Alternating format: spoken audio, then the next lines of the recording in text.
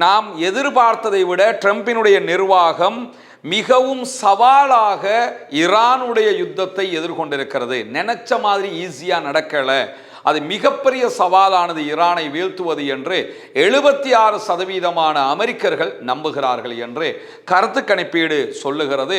அமெரிக்காவினுடைய யுத்தம், ஈரான் மீதான தாக்குதல்கள் இராணுவ ரீதியாகவும் தோற்று, வியூக ரீதியாகவும் தோத்து போய், அதே நேரத்தில் பேச்சுவார்த்தை மேசையில் ராஜதந்திர ரீதியாகவும் தோல்வி அடைந்து கடைசியில் மக்கள் மனங்களிலும் தோல்வி அடைந்திருக்கிறது என்கிற செய்திகள் தான் இன்றைக்கு சுருக்கமாக கருத்து கணிப்பிலே வெளியாகி இருக்கிற. அதே நேரத்தில் சவுதி அரேபியா, ஜோர்டான், ஈராக் ஆகிய பகுதிகளில் இன்றைக்கு ஆளில்லா விமான தாக்குதல்கள் நடத்தப்பட்டிருக்கிறது.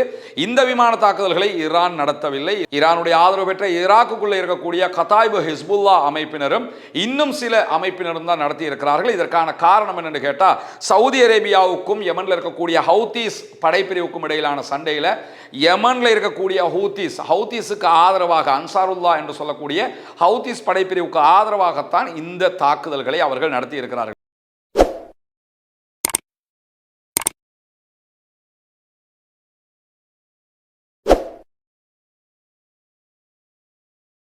அன்றுக்கினிய சகோதர சகோதரிகளே, நம் அனைவர் மீதும் ஏக இறைவனுடைய அமைதியும் கருணையும் உண்டாகட்டுமாக என்கிற உயரிய பிரார்த்தனைகளோடு, மத்திய கிழக்குல ஈரானுக்கும் அமெரிக்காவுக்கும் இடையிலான யுத்தம் ஒரு 3 நாட்கள் சற்று தணிந்திருக்கக்கூடிய சூழல்ல இன்றைய நாள் அமெரிக்க அதிபர் டொனால்ட் ட்ரம்பை சந்திப்பதற்காக இஸ்ரேலிய பிரதமர் பெஞ்சமின் நெத்தன்யாகு நியூயார்க் டிசிக்கு பயணம் மேற்கொண்டிருக்கிறார் என்கிற செய்திகள் வெளியாகி இருக்கிறார். அதே நேரம் சவுதி அரேபியாவுக்கும் யமனில் இருக்கக்கூடிய ஹூத்தி படையினருக்கும் இடையிலான சண்டைகள் இன்றைக்கு இன்னும் ஒரு திசையை நோக்கியும் உச்சம் கண்டிருக்கக்கூடிய செய்திகள் வெளியாகி இருக்கிறது. குறிப்பாக ஈராக்கில் இருக்கக்கூடிய ஈரானுடைய ஆதரவு பெற்ற ஆயுத குழுக்கள் இன்றைய நாள் சவுதி அரேபியாவின் மீது பலத்த தாக்குதல்களை நடத்தி இருக்கிறது. கூடவே ஜோர்டானுடைய நிலைகள் மீதும் அவர்கள் தாக்குதல்களை நடத்தி இருக்கிறார்கள் என்கிற செய்திகள் வெளியாகி இருக்கிறது. அதற்கு முன்பதாக இன்றைக்கு அமெரிக்காவில் மேற்கொள்ளப்பட்ட ஒரு கருத்து கணிப்பீட்டின் ரிசல்ட்டுகள் வெளியாகி இருக்கிறது. அமெரிக்காவுக்கு இஸ்ரேலிய பிரதமர் பெஞ்சமின் நெத்தன்யாகு பயணிக்கிற இந்த தருணத்தில்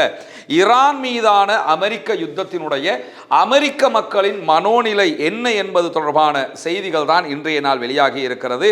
இன்றைக்கு நடத்தப்பட்டிருக்கக்கூடிய இந்த கருத்து கணிப்பீட்டில் 76% அமெரிக்கர்கள் நாம் எதிர்பார்த்ததை விட ட்ரம்பினுடைய நிர்வாகம் மிகவும் சவாலாக ஈரானுடைய யுத்தத்தை எதிர்கொண்டிருக்கிறது. நினைச்ச மாதிரி ஈஸியா நடக்கல. அது மிகப்பெரிய சவாலானது ஈரானை வீழ்த்துவது என்று 76% அமெரிக்கர்கள் நம்புகிறார்கள் என்று கருத்து கணிப்பீடு சொல்லுகிறது. இது ஒவ்வொரு நாளும் நாளுக்கு நாள் இந்த எண்ணிக்கை அதிகரித்து கொண்டே வருகிறது. கடந்த வாரம் நம்ம எடுத்துக்கிட்டோம்னா இதைவிட கீழ்நிலையில் இருந்த மக்களுடைய மனோநிலை இப்பொழுது இன்னும் மேலே வந்திருக்கிறது. எனவே எதிர்வரக்கூடிய நவம்பர் மாத தேர்தல் என்பது அமெரிக்க அதிபர் டொனால்ட் ட்ரம்புக்கு மிக மிக சவாலானதாக மாறப்போகிறது. குறிப்பாக ஜூலை மாதம் 22 தொடக்கம் 24ஆம் தேதிகளுக்கு இடையில சிபிஎஸ் நியூஸ் அதே போன்று யூகோ நடத்தி இருக்கக்கூடிய கருத்து கணிப்புல பதிலளித்த மக்கள்ல 20% பேர் யுத்தம் எதிர்பார்த்தபடி நடந்திருக்கிறது என்று சொல்லி இருக்கிறார்கள். வெறும் 20% தான் அமெரிக்க அதிபர் டொனால்ட் ட்ரம்பினுடைய தாக்குதலுக்கு ஆதரவாக பேசியிருக்கக்கூடிய சூழல்ல 4% பேர் அது எதிர்பார்த்ததை விட எளிதாக ரொம்ப ஈஸியாக நடந்துருச்சு அப்படின்னு நம்பி இருக்கிறாங்க. அமெரிக்காவிலும் இப்படி 4% பேர் இருக்கிறாங்க. இந்த 4 விதமா பேசுற 4 பேர் சொல்லுவோம். அது மாதிரி நம்பர் 1 மடையர்கள் 4% பேர் இருந்திருக்கிறாங்கிறத நம்ம பார்க்கும் போதே தெரியுது. அதனாலதான் அந்த 4% பேர் நினைச்சதை விட எளிதாக ஈரான் வார ஜெயிச்சிட்டாங்க அமெரிக்கா அப்படின்னு நினைச்சிருக்கிறாங்க. இப்ப கேட்டா காமனிய கொன்றதுனால ஈரானே அமெரிக்கா தான் பிடிச்சிருக்குன்னு சொன்னாலும் இந்த 4% பேர் சொல்லுவாங்க. அந்த மாதிரி ஒரு குரூப்னு பார்க்கறதுக்கே தெரிகிறது. இதே நேரத்தில் 58% பேர் நடந்து வரக்கூடிய மோதல்களை நிச்சயமற்றதாக கருதுகிறார்கள். இது எப்படி போய் முடியும்னு எங்களால் சொல்ல முடியாது என்று சொல்லி இருக்கிறார்கள். 57% பேர் இந்த அமெரிக்காவினுடைய தாக்குதல்கள் விரக்தியை தருவதாக சொல்லியிருக்கிறார்கள். இதெல்லாம் தேவையா என்கிற விதமாக கருத்துக்களை சொல்லியிருக்கிறார். அதே நேரம் 36% பேர் அவநம்பிக்கையை வெளிப்படுத்த 19% பேர் மட்டுமே நம்பிக்கையுடன் இருப்பதாகவும் சொல்லியிருக்கிறார்கள். இந்த யுத்தத்தை நாங்கள் நம்புகிறோம், ஏதாவது ட்ரம்ப் பண்ணுவாருன்னு சொல்லி வெறும் 19% பேர் தான் நம்புறாங்கிறத பார்க்க முடிகிறது. எனவே அமெரிக்காவினுடைய யுத்தம், ஈரான் மீதான தாக்குதல்கள் இராணுவ ரீதியாகவும் தோற்று, வியூக ரீதியாகவும் தோற்று போய், அதே நேரத்தில் பேச்சுவார்த்தை மேசையில் ராஜதந்திர ரீதியாகவும் தோல்வி அடைந்து கடைசியில் மக்கள் மனங்களிலும் தோல்வி அடைந்திருக்கிறது என்கிற செய்திகள் தான் இன்றைக்கு சுருக்கமாக கருத்து கணிப்பிலே வெளியாகி இருக்கிற அதே நேரத்தில் ட்ரம்புடனான பேச்சுவார்த்தைகளில் முதன்மையாக ஈரான் பற்றிய பேச்சுவார்த்தைகள் தான் இருக்க போகிறது என்கிறார் அமெரிக்காவுக்கு பயணம் மேற்கொள்ளக்கூடிய இஸ்ரேலுடைய பிரதமர் பெஞ்சமின் நெதன்யாகுக்கும் அமெரிக்க அதிபர் டொனால்ட் ட்ரம்புக்கும் இடையிலான சந்திப்புங்கிறது 8வது தடவையாக இந்த 2வது தடவை அமெரிக்க அதிபராக டொனால்ட் ட்ரம்ப் வந்ததற்கு பிறகு நடைபெறுகிறது. இந்த நிலையில தான் இந்த சந்திப்பில் ஈரானுடைய பேச்சுக்களை முதன்மை நோக்கமாக அவர் சொல்லி இருக்கிறார். அது மட்டுமல்லாம இஸ்ரேலுங்கிற பாலஸ்தீனத்தை ஆக்கிரமித்து உருவாக்கப்பட்ட பகுதியை பாதுகாப்பதும் அவர்களுடைய நலன்களை பாதுகாப்பது தான் எங்களுக்கு ரொம்ப முக்கியமானது. எனவே அதுக்காக நாங்கள் எதையும் பண்ணுவோம் என்று கருத்து தெரிவித்திருக்கக்கூடிய இஸ்ரேலிய பிரதமர் பெஞ்சமின் நெதன்யாகு அமெரிக்க அதிபர் டொனால்ட் ட்ரம்பை ஈரானுடனான ஒப்பந்த விவகாரத்தில் வலிக்கு எடுத்துக்கொள்வாரா என்கிற கேள்விகள் இருக்கிறது. ஏன்னா அமெரிக்கா இந்த யுத்தத்திலிருந்து எப்படியாவது வெளியேறணும்னு நினைக்கிறாங்க. அதற்கு முடியாமல் இருக்கக்கூடிய சூழல்ல தொடர்ந்து அமெரிக்கா யுத்தம் பண்ணணும் என்கிற ஒரு நிலைப்பாட்டில் தான் இஸ்ரேல் இருக்கிறது. அந்த நிலைப்பாட்டை உறுதிப்படுத்துவாரா இஸ்ரேலிய பிரதமர் பெஞ்சமின் நெதன்யாகு என்பதை இந்த பேச்சுவார்த்தைகளுக்கு பிறகுதான் நாம் பார்க்க முடியும். எனவே பேச்சுவார்த்தை தோல்வியா வெற்றியா என்பதை நாளை நாம் பார்த்து விடலாம். இதற்கு மத்தியிலே இன்றைக்கு வெளியாகி இருக்கக்கூடிய இன்னும் ஒரு முக்கியமான செய்தி என்னன்னு கேட்டா, அமெரிக்காவினுடைய முக்கியமான தளபதிகள் நடத்தி இருக்கக்கூடிய ஒரு ஊடக சந்திப்பு இன்றைக்கு நடைபெற்றிருக்கிறது. ஆக்சியோஸ் இது தொடர்பான பல செய்திகளை வெளியிட்டிருக்கிறார்கள். அந்த செய்திகளில் வெளியிடப்பட்டிருக்கக்கூடிய முக்கியமான அம்சம் என்னன்னு கேட்டா, ஈரானுடனான பேச்சுவார்த்தைகள் தோல்வியுற்றால் கடுமையான தாக்குதல்களை மீண்டும் ஈரான் மீது அமெரிக்க அதிபர் டொனால்ட் ட்ரம்ப் நடத்த இருக்கிறாரு என்று செய்திகள் சொல்கிறது. ஆனால் உண்மை அதுவல்ல. அதுக்கு மாற்றமான ஒரு முக்கியமான செய்தியும் இன்றைக்கு வெளியாகி இருக்கிற அதே நேரத்தில் அமெரிக்கா ஈரானுடன் மிக ஆழமான பேச்சுவார்த்தைகளை நடத்தி வருகிறது என்று சொல்லக்கூடிய அமெரிக்க அதிபர் டொனால்ட் ட்ரம்ப் மேலதிகமாக என்ன சொல்றாருன்னா, இந்த பேச்சுவார்த்தைகள் சக்சஸ்ஃபுல்லாக நடக்கல என்று சொன்னா நாங்கள் உச்சகட்டமான ஆழமான தாக்குதல்களை ஈரான் மேலே நடத்துவோம் அப்படின்னு சொல்லியிருக்கிறாரு. ஆனால் இந்த பேச்சுக்களுக்கு மத்தியில் அமெரிக்க அதிபர் டொனால்ட் ட்ரம்ப் அடிக்கடி சொல்லி வந்த ஒன்று தான், ஈரான் கெஞ்சுது, கதறுது, காலில் விழுவுது, எங்ககிட்ட யுத்தத்தை நிறுத்துங்க, சமாதானமாக போவோம்னுலாம் கேட்குறாங்கன்னு சொன்னாங்க. ஆனால் உலகத்துக்கே தெரியும் ஈரான் கெஞ்சவே இல்லை, ஈரான் வலுவாக நிற்கிறது என்று. இந்த நிலையில் ஈரான் கெஞ்சல, அமெரிக்கா தான் யுத்த நிறுத்தத்தை வேண்டி நிற்கிறது என்கிற செய்திகள் இன்றைக்கு உறுதிப்படுத்தப்பட்ட செய்திகளாக வெளியாகி இருப்பதை நம்ம பார்க்க முடியும். காரணம் என்னன்னு கேட்டால், ஈரானுக்கு எதிரான இந்த 2 வார கால 2ஆம் கட்ட தாக்குதல்களையும் அமெரிக்க அதிபர் டொனால்ட் ட்ரம்புக்கு அமெரிக்க அதிகாரிகளால் சொல்லப்பட்டிருக்கக்கூடிய செய்தியாக ஆக்சியோஸ் என்ன சொல்றாங்கன்னா, நம்மக்கிட்ட டிஃபென்சிவ் வெப்பன்ஸ் குறைஞ்சிருச்சு, ஈரானுக்கு அடிக்கிற வெப்பன்ஸை நம்ம ஏதோ ஒன்று பண்ணிக்கலாம். ஆனால் ஈரான் மாறி அமெரிக்க ஆதரவு பெற்ற அரபு நாடுகள் மேலே அட்டாக் பண்ணுறாங்க. அந்த அட்டாக்கை தடுக்கிறதுக்குரிய டிஃபென்சிவ் ஏவுகணைகள் நம்ம கிட்ட கிடையாது, ரொம்ப குறைஞ்சிருச்சு. எனவே நம்ம அவங்களுக்கு அடிக்க நம்முடைய நட்பு நாடுகள் மேலேயும் நம்முடைய நட்பு நாடுகளில் இருக்கக்கூடிய தளங்கள் மேலேயும் கடும் தாக்குதல்களை அவர்கள் நடத்துவார்கள். இதை தவிர்க்கணுமாக இருந்தால் இந்த யுத்தத்தை நிறுத்துங்க, நம்மக்கிட்ட ஆயுத பற்றாக்குறை இருக்கிறது என்பதை அவர்கள் சொல்லி இருக்கக்கூடிய செய்திகளாக நம்ம பார்க்க முடியும். எனவே அமெரிக்கா இதிலே ரொம்ப அடி வாங்குறாங்க, பின்வாங்கி இருக்கிறாங்க என்கிற செய்திகளுக்கு மத்தியில் சவுதி அரேபியா, ஜோர்டான், ஈராக் ஆகிய பகுதிகளில் இன்றைக்கு ஆளில்லா விமான தாக்குதல்கள் நடத்தப்பட்டிருக்கிறது.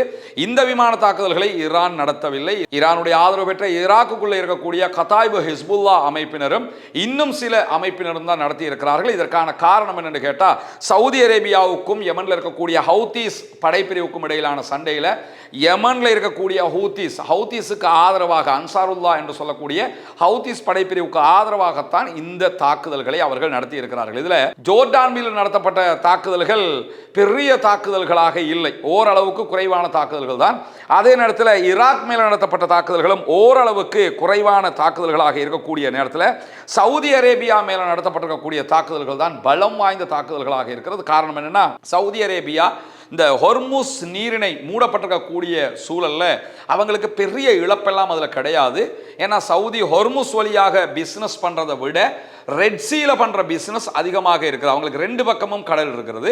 ஒரு பக்கம் ஹொர்முஸால் அவங்க பண்ணுவாங்க, கிழக்கு பக்கமாக யான்புல இருக்கக்கூடிய எல்லா பெட்ரோலிய வளங்களையும் கொண்டு மீண்டும் அவங்க அப்படியே ரெட்சி வழியாக பிஸ்னஸ் பண்ண முடியும். இந்த மாதிரி ஒரு சூழல் இருந்த நேரத்தில் இப்பொழுது ஹவுதீஸுக்கும் சவுதிக்கும் இடையில் ஏற்பட்டிருக்கக்கூடிய சண்டையில் 2019 பிறகு முதல் தடவையாக இன்றைய நாள் ஹூத்திகளும் ஈராக்கில் இருக்கக்கூடிய ஈரானுக்கு ஆதரவான படைப்பிரிவுகளும் இன்றைக்கு செங்கடல் நகரமாக இருக்கக்கூடிய யான்புவோடு இணைக்கக்கூடிய பல முக்கியத்துவம் வாய்ந்த சவுதி அரேபியாவினுடைய எண்ணெய் பைப்லைன்கள் மேலே தாக்குதல்களை நடத்தி இருக்கிறார்கள். இந்த தாக்குதல்களை பொறுத்தவரையில் நிறைய ட்ரோன் தாக்குதல்களை நாங்கள் நடத்தி இருக்கிறோம் என்று எண்ணிக்கையை கூறாமல் யமனுடைய ஹூத்தி படைப்பிரிவின் இராணுவ பேச்சாளர் யஹியா சாரி எடுத்திருக்கக்கூடிய செய்திகளை நம்ம பார்க்க முடியும். 2019 பிறகு முதல் தடவையாக இப்படி யான்புக்கு எண்ணெய்களை கொண்டு செல்லக்கூடிய குழாய்கள் மேல தாக்குதல்களை நடத்தி இருக்கிறது ஹூத்தியினுடைய படைப்பிரிவு. இந்த யான்புக்கு கொண்டு செல்கிற நாட்டினுடைய கிழக்கு எண்ணெய் வயல்களில் இருந்து போகக்கூடிய குழாய்கள் வழியாக போகக்கூடிய எண்ணெயினுடைய அளவை நீங்க பாத்தீங்கன்னா 1200 கிலோமீட்டர் தூரத்துக்கு சவுதி அரேபியா இந்த பைப் லைன்களை அடிச்சிருக்கிறாங்க, செஞ்சு வச்சிருக்கிறாங்க. சவுதிக்குள்ள பெரிய பெனிஃபிட்டா இது பார்க்கப்படுகிறது. ஹொர்முஸ் மூடினாலும் சவுதி ஹொர்முஸுக்கு பக்கத்தில் இருக்கக்கூடிய எண்ணெய் வயல்களில் இருந்தே குழாய் வழியாக 1200 கிலோமீட்டருக்கு பெட்ரோலிய பொருட்களை கொண்டு போய் யான்புல இருந்து கடல் வழியாக ரெட் சி வழியாக அவங்க பிசினஸ் பண்றாங்க. இந்த நிலையில தான் அந்த குழாய்கள் மேல தாக்குதல் நடத்தப்பட்டிருக்கிறது. ஹொர்முஸ் ஓப்பனாக இருக்கக்குள்ள இந்த குழாய் வழியாக ஒரு நாளைக்கு 10 லட்சம் 1 மில்லியன் பேரல்கள் அளவுக்குண்டான கச்சா எண்ணெய்களை க்ரூட் ஆயில அவங்க பிசினஸ் பண்ணி கொண்டிருந்தாங்க. ஹொர்முஸ்ல பிரச்சனை வந்ததற்கு பிறகு அவங்க முழுவதுமாக ரெட் சீல பிசினஸ் பண்ண ஆரம்பிச்சாங்க. மற்ற அரபு நாடுகள் குவைத், பஹ்ரைன், யுஏஇ உள்ளிட்ட பல அரபு நாடுகளுக்கு பெட்ரோலிய பிசினஸ் பண்ண முடியாமல் இருந்துச்சு. ஹொர்முஸ் மட்டும்தான் அவங்க நம்பி இருந்ததுனால அவங்களுக்கு பண்ண முடியாமல் இருந்தது, இவங்க மட்டும்தான் பண்ண வேண்டி இருந்தது. அதனால இந்த பகுதிகளில் இருந்து யான்புக்கு மொத்தமாக சவுதி அரேபியா ஒரு நாளைக்கு 10 லட்சம் பேரல்களை குழாய் வழியாக அனுப்பினவங்க இந்த பிரச்சனைக்கு பிறகு 50 லட்சம் பேரல்கள் கச்சா எண்ணெயை ஒரு நாளைக்கு அனுப்பிக்கிட்டு இருந்தாங்க. அவ்வளவு பெரிய பிசினஸ் யாருக்கு நடந்ததுன்னு கேட்டா சவுதி அரேபியாவுக்கு. அந்த 50 லட்சம் பேரல் பிசினஸ் கனவுல தான் இன்னைக்கு மண்ணை வாரி போட்டிருக்கிறாங்க ஹூத்தி படைப்பிரிவினர். மிக கடுமையான தாக்குதல்கள் குழாய்களை இலக்கு வைத்து நடத்தப்பட்டிருக்கிறது. பல இடங்களில் கச்சா எண்ணெய் குழாய்கள் வெடித்து சிதறி தீப்பற்றி எரிந்து கொண்டிருக்கிறது என்கிற செய்திகள் வெளியாகி கொண்டிருக்கக்கூடிய நேரத்தில் தான் ஈராக்கில் இருக்கக்கூடிய ஈரானுடைய ஆதரவு பெற்ற படைப்பிரிவினரும் இந்த தாக்குதலில் இணைந்து கொண்டு தாக்குதல்களை நடத்தி இருக்கிறார்கள். சவுதி அரேபியா எடுத்திருக்கக்கூடிய செய்திகளை நாங்கள் இதற்கெல்லாம் பதிலடி கொடுப்போம் என்று சொல்லி இருக்கிறார்கள். பதிலடியை பொறுத்தவரையில் ஒன்றை புரிஞ்சுக்கிறோம் என்னன்னா, அந்த பதிலடியால் யாருக்கு லாபம் யாருக்கு நஷ்டம். யமனில் இருக்கக்கூடிய ஹவுத்தீஸை இலக்கு வச்சு அடித்தாலும் சரி, அல்லது ஈராக்கில் இருக்கக்கூடிய ஈரானுடைய ஆதரவு பெற்ற குழுக்களை இலக்கு வைத்து தாக்குதல் நடத்தினாலும் சரி, இதனால அவங்களுக்கு என்ன நஷ்டம்? அவங்களுக்கு எந்த நஷ்டமும் கிடையாது. அவங்க திரும்பவும் சவுதி அரேபியாவுடைய எண்ணெய் குழாய்கள் மேல அட்டாக் பண்ணுவாங்க. சவுதி அரேபியாவுடைய அரம்கோவுக்கு ஆல்ரெடி அடிச்சிட்டாங்க. இந்த தாக்குதல் நடத்தும் போது சவுதியினுடைய ஈரலாக இருக்கிற எண்ணெய் வியாபாரம் மொத்தமாக முடங்கி போகிறது. எனவே எது எப்படி நடந்தாலும் சவுதி அரேபியாவுக்கு தான் மிகப்பெரிய பின்னடைவு என்கிற செய்திகள் தான் இன்றைக்கு மேலதிகமாக வெளியாக இருக்கிறது. தொடர்ந்து இணைந்தீர்கள் ரஸ்மின் மேசி நியூஸ் மற்றும் ரஸ்மின் டாக்ஸ் ஆகிய 2 சேனல்களோடு. வரக்கூடிய உண்மை செய்திகளை உடனுக்குடன் உங்களோடு பகிர்ந்து கொள்வதற்கு தயாராக இருக்கிறோம் என்கிற செய்திகளோடு ஆக்கிரமிப்புகள் ஓய வேண்டும், ஆக்கிரமிப்பாளர்களும் ஓய வேண்டும் என்கிற உயரிய பிரார்த்தனைகளோடு ஆக்கிரமிப்பாளர்களுக்கு எதிராக தொடர்ந்தும் ஜனநாயக ரீதியாக குரல் எழுப்புவோமாக வாகிறது. அல்ஹம்துலில்லாஹி ரப்பில் ஆலமீன்.